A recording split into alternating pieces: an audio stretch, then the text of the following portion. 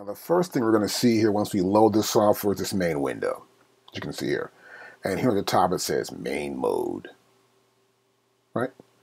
So I also have to the left my browser. And our browser is where we search for content. We may have saved a project. It's going to be in your browser. If you don't see the browser, lower left-hand corner, there's a triangle there. If you don't see it, it'll look like this. You get the main window this way. Click on this triangle, and you can see our browser. Or you can hide it if you want. Remember that. So here we have project, sequence, program, sample, and no filter. Now, obviously, no filter means that's not filtering anything out. We're going to see everything that's in that particular directory or folder. And how do I navigate there? We go right here. We click here. We can see MPC drum content.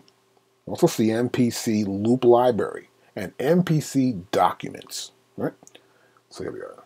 I'll go to drum content. And here we have drum groups, drum kits, and legacy MPC. I'm curious about this. Okay, here we go. We have the MPC 2000 kits, the 2500, the 3000, the 500, the 5000, and the ancient old MPC 60 kits. This is really cool. So it gives you all this legacy stuff too as well. So that's my drum content, right? I'm just navigating to folder. I'm just going to one folder, next folder, right? That's pretty cool. I can also go here and have this 1, 2, 3, 4, and 5. That just played. Now that's a sample that's in the folder I have called Sample Kings Loop Beats. So I can select certain folders that I want to be at these particular locations where it's folder 1, 2, 3, or 5. I can say, okay, I want to have it there. I can put those folders there. I know where they are. And I have preset locations for files that I want to use later on. But currently right now, I just want to go to my drum content here, right? So we'll go back to drum content, open this up. I want to look at drum kits, open that up. So I'm navigating, I'm filtering down to where I want to go.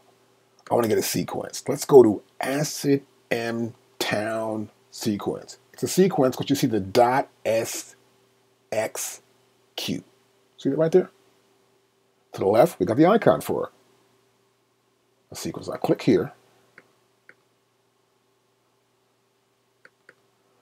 And I load it in. See that what happens? It loads it in right there on the very first sequence. See it right there?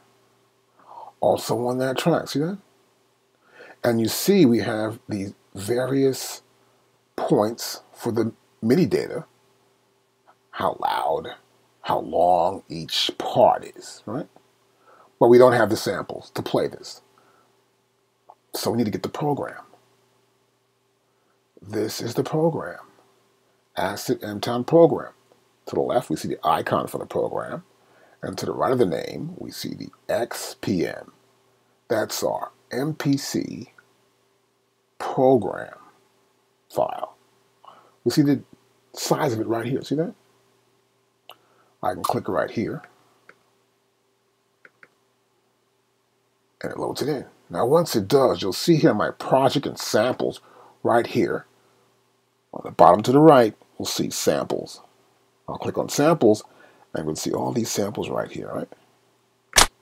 Now if I move my cursor right here, we see that sample icon. It turns into a little speaker.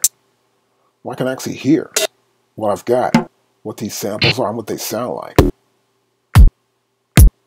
Okay, we loaded it in. This is the acid. If I go to here, we don't see any samples. So program 0.001 is default. When you start a brand new project, you're going to see this, right? Okay, this is my brand new sequence. So now you also notice that it's loaded in the sounds right here. And you can see them right here. We have it pad bank 1. And we see the sounds. I can put my cursor here. I'm hitting sounds. And we can hear these sounds back. That's kind of cool. I could play it back too. And press stop. So that's what our program does. Now our samples are just our samples. So if you click right here, you see that? I mean, you can hear a sample. I'm clicking on sounds. You hear them right here. If you don't hear them, go to the bottom here, right below our browser. You'll see this auto button. And that should be lit. If it's not lit, watch what happens. You hear nothing. Let's go back to here, turn it on, we can hear it. If it's not loud enough, move your cursor here and sort of drag up, hit again, and now it's louder.